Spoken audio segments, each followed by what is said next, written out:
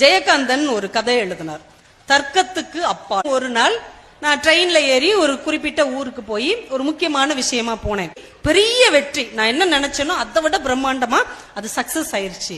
சரி, இதை எப்படியாவது கொண்டாடணுமேன்ட்டு ரயில்வே ஸ்டேஷனுக்கு வந்தேன். என் கையில ₹1 இருந்தது, ஒரு வெள்ளி ₹1. அந்த காலத்துல 1960களில் எழுதப்பட்ட கதை.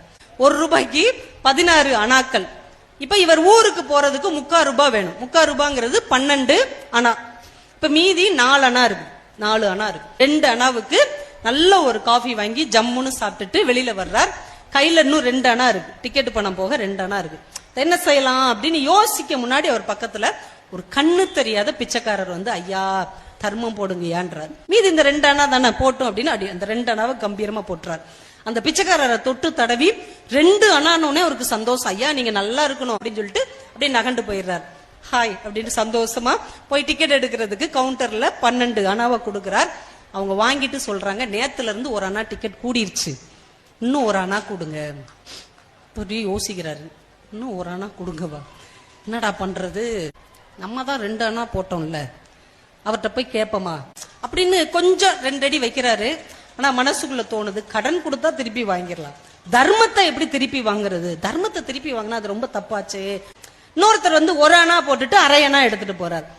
இது அவங்க கிட்ட உள்ள காசுல ஒரு பங்கை போட்டு அதுல பாதி எடுத்துட்டு போறாங்கல்ல. அப்ப நம்மளும் நம்ம கையில இருந்து 1 அணாவை போட்டுட்டு அந்த 2 அணாவை எடுத்துக்கிருவோம். இப்போ 1 அணா கொடுத்த மாதிரி ஆயிடுச்சு, நமக்கு டிக்கெட்டு காசு கிடைச்சிரும்.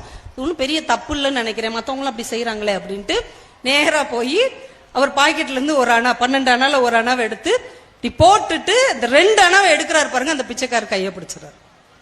ஏன் சாமி, யாரோ ஒரு புண்ணியமா வாழ்க்கையிலே தடவை எனக்கு 2 அணா போட்டிருக்காரு, அத போய் நீ எடுக்கிறிய சாமி 1 அணாவை பார்த்து போட்டுட்டுன்னு உடனே வேர்த்துருது இவருக்கு. பிச்சைக்காரட்ட மாட்டிட்டோமேன்ட்டு அந்த 1 அணாவையும் போட்டுட்டு மன்னிச்சுக்கோங்க மன்னிச்சுக்கோங்கன்ட்டு இங்கிட்டு நகண்டு வந்துடுறாரு.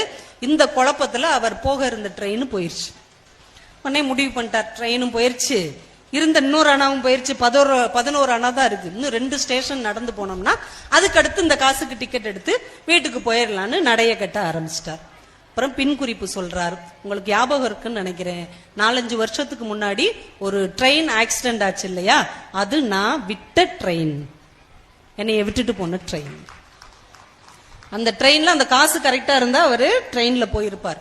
பிச்சைக்காரனுக்கு தர்மம் போட்டதுனால அந்த ட்ரெயின் அவர் மிஸ் பண்ணிட்டார். அந்த ட்ரெயின் தான் ஒரு மிகப்பெரிய விபத்துக்கு உள்ளான ஒரு ரயில். அப்ப என்ன, நான் செஞ்ச தர்மம் காப்பாத்துச்சா அது எனக்கு தெரியல, ஆனால் தர்க்கத்துக்கு அப்பால் நிறைய விஷயம் இருக்கிறது என்பதை நான் புரிந்து கொண்டேன் என்று ஜெயகாந்தன் எழுதினார்.